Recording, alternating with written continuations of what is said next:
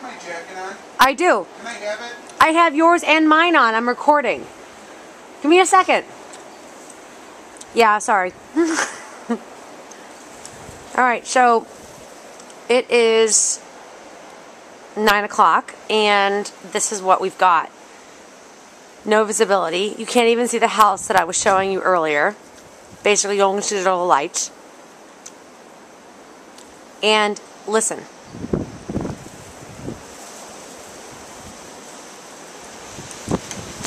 Oh, ow. See this? Okay. So, this is a blizzard. It's 50-mile gusts.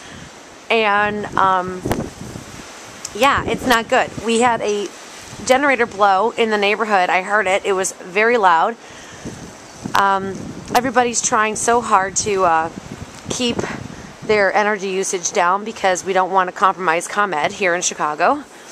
But, you know what? We're going to see what happens. And hopefully by 3 p.m. tomorrow, we'll be fine. So this is Chicago, February 1st, 2011. Chicago blizzard. Watch. Just look at that, guys. Look at that. See that?